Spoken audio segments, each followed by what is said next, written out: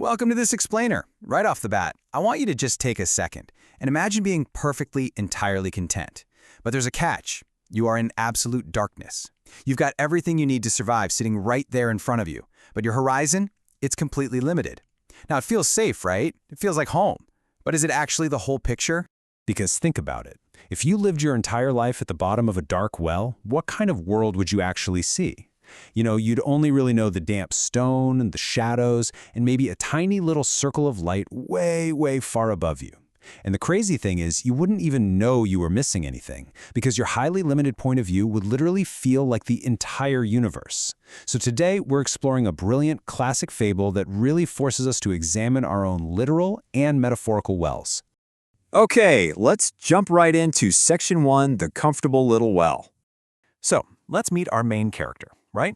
A little frog who has lived in this old, shallow well literally since he was a mere tadpole. He's never stepped foot outside of this cylindrical home, and to him, this is absolute paradise. I mean, he has what he considers to be the perfect life. Whenever he gets thirsty, boom, there's a puddle of shallow well water. There's soft green grass growing right there on the walls. When he's hungry, endless small bugs to eat. When he looks up, he sees this tiny, beautiful patch of blue sky and a few passing clouds. And when he's tired, he's got this smooth blue stone perfectly shaped for napping. Because his situation is just so comfortable and predictable, it never even crosses his mind to look beyond it. Which brings us to Section 2, The Arrogant Frog. Now, being comfortable is one thing, right? But being completely closed off to new information, that is a whole different ballgame. Whenever a bird flies over the opening of his well, this frog immediately starts bragging. He yells up, "Hey, come down and play! The life at the bottom of the well is so happy. I have cool water and more mosquitoes and flies than I can eat." It's actually kind of hilarious when you think about it. He is enthusiastically boasting about having an endless supply of mosquitoes. To him, this is the height of luxury. He even brags that on a good night, he gets to see a bright star or two, or maybe a glimpse of Moon Sister. He is 100% convinced he's got the best real estate in the entire world. Well, naturally, the passing birds try to, gently correct him. They tell him, "Look, little frog, the world outside is so much bigger and far more wonderful." But the frog's response is just pure, stubborn denial. He snaps back, "Don't lie to me. I don't believe there is a better place in the world."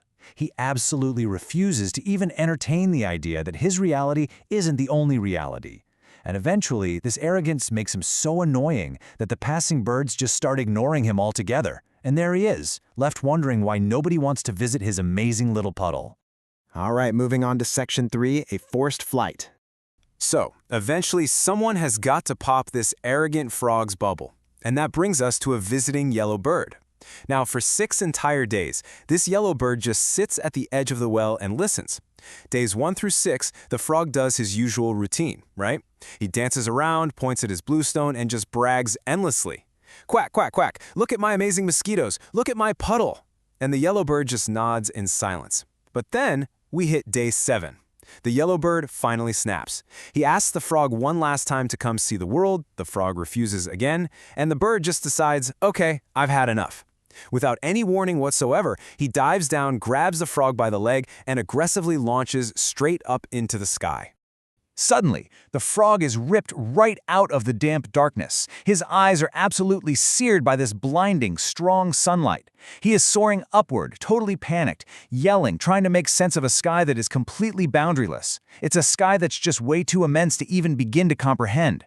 That tiny little circle of blue he used to know, it's just exploded into this terrifying, infinite dome of light. And here we are in Section 4, The Giant World Outside. Once that initial panic kind of wears off, the yellow bird actually lets the frog ride safely on his back. And looking over the bird's shoulder, the frog sees a world that completely, absolutely shatters his reality. He sees these green, rolling, high mountains stretching way into the distance, endless peaks like the towering Himalayas, the majestic Mount Tai in Yushan. He asks the bird, "Hey, what are those long white ribbons?" And the bird explains, "Well, they're flowing streams and rivers." Then he sees this massive expanse of wide, deep, vibrant blue. He asks what it is, and the bird replies, "That is the ocean." The frog looks down at that vast, endless blue ocean, and, he does the mental math. He realizes that the water down there is trillions with a T, of times larger than his tiny little puddle of well water. The sheer scale of the world is just staggering to him. I mean, really think about the sheer contrast here for a second. On one side, you have his entire life's definition of water, a shallow, muddy puddle on a stone floor. And on the other side, the oceans, trillions of times larger, teeming with life, moving with the tides. It really drives home just how microscopic his previous worldview actually was. Literally everything he thought was absolute truth was just a tiny, insignificant fraction of reality. Finally, let's look at Section 5, Leaving the Well Behind. As they start to descend, the yellow bird drops the frog safely into this lush, grassy forest. He lands and is instantly just hit with this incredible feast for the senses. I mean, everywhere he looks, there's abundance. There are vibrant, colorful flowers with heavy, sweet fragrances he's never smelled before. He's looking up at towering trees that make his old stone walls look like little pebbles. And the ground? It is literally littered with fallen, sugary fruit. We're talking juicy grapes, ripe pears, crisp apples, exotic lychees, loquats, and sweet, tangy kiwi. And it's not just the food. The entire forest is just alive with dynamic motion. He hears these stunning, melodic songs of orioles and larks way up in the canopy. He sees playful squirrels tumbling across the forest floor, monkeys swinging wildly from vine to vine, and incredibly fast antelopes darting right through the brush. It's this stunning, high-energy contrast to the static, quiet, honestly boring life at the bottom of his damp well. Okay, think back to literally just a few minutes ago in our story. Our arrogant little frog was fiercely defending a lifestyle of eating little mosquitoes and flies. And now? Now he's surrounded by sweet, fragrant fruits and endless, vibrant nature. It really highlights the absurdity of defending our own limitations just because they happen to be familiar to us.